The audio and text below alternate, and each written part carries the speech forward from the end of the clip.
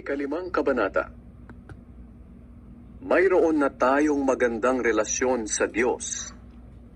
Kaya ngayong itinuturing na tayong matuwid dahil sa pananampalataya natin sa ating Panginoong Hesukristo, mayroon na tayong magandang relasyon sa Diyos. Sa pamamagitan ni Jesus at dahil sa ating pananampalataya, tinatamasa natin ngayon ang biyaya ng Diyos at nagagalak tayo dahil sa ating pag-asa na makakabahagi tayo sa kadakilaan ng Diyos. At nagagalak din tayo kahit na dumaranas tayo ng mga paghihirap dahil natututo tayong magtiis. Alam natin na ang pagtitiis ay nagpapabuti sa ating pagkatao.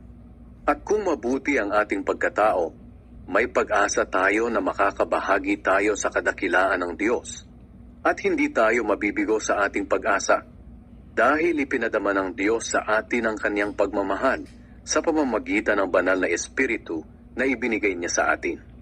Nang wala tayong kakayahang makaligtas sa kaparusahan, namatay si Kristo para sa ating mga kasalanan sa panahong itinakda ng Diyos.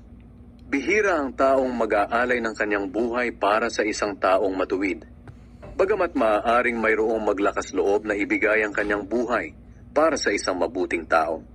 Pero ipinakita ng Diyos sa atin ang kanyang pag-ibig sa ganitong paraan. Kahit noong tayo'y makasalanan pa, namatay si Kristo para sa atin. At ngayong itinuring na tayong matuwid sa pamamagitan ng dugo ni Kristo, tiyak na maliligtas tayo sa parusa ng Diyos dahil kay Kristo. Dati kaaway tayo ng Diyos, pero ngayon, tinanggap na niya tayong mga kaibigan sa pamamagitan ng pagkamatay ng kanyang anak. At ngayong mayroon na tayong magandang relasyon sa Diyos, tiyak na ililigtas niya tayo sa kaparusahan sa pamamagitan ng buhay ni Kristo. Hindi lang iyan, nagagalak tayo sa relasyon natin sa Diyos ngayon dahil sa ginawa ng ating Panginoong Hesukristo. Naibalik na ang magandang relasyon natin sa Diyos dahil sa Kanya. Si Adan at si Kristo. Dumating ang kasalanan sa mundo dahil sa paglabag ni Adan sa utos ng Diyos. At dahil sa kasalanan, dumating din ang kamatayan. Kaya lumaganap ang kamatayan sa lahat ng tao dahil nagkasala ang lahat. Nasa mundo na ang kasalanan bago pa man ibigay ng Diyos ang kautusan. Pero hindi pinapanagot ang mga tao sa kanilang mga kasalanan kung wala namang kautusan. Ganoon pa man, naghari pa rin ang kamatayan mula kay Adan hanggang kay Moises. Kahit sa mga taong hindi naman nagkasala ng tulad ni Adan, na lumabag sa utos ng Diyos. Si Adan ay larawan ng Kristo na nooy inaasahang darating. Pero magkaiba ang dalawang ito. Dahil ang kaloob ng Diyos ay hindi katulad sa kasalanan ni Adan. Totoo ngang nagdala ng kamatayan sa maraming tao ang kasalanan ni Adan. Pero mas nakakahigit ang biyaya at kaloob ng Diyos na dumating sa maraming tao sa pamamagitan ng isang tao na walang iba kundi si Hesukristo.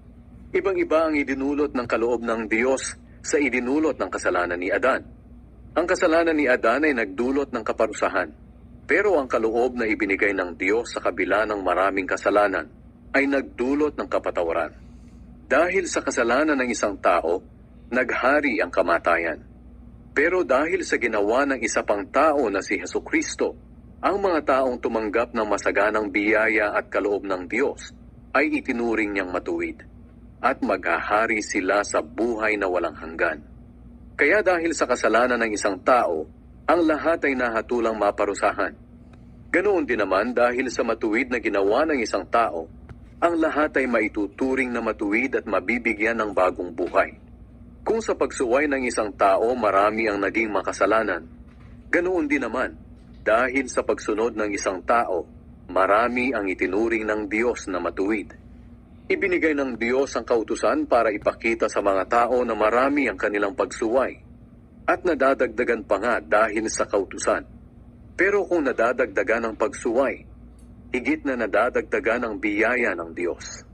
Kaya kung paano naghari ang kasalanan at nagdulot ng kamatayan, ganoon din naman naghahari ang biyaya ng Diyos at nagdudulot ng buhay na walang hanggan. At dahil sa ginawa ng ating Panginoong Hesukristo, itinuring tayong matuwid ng Diyos. Amen.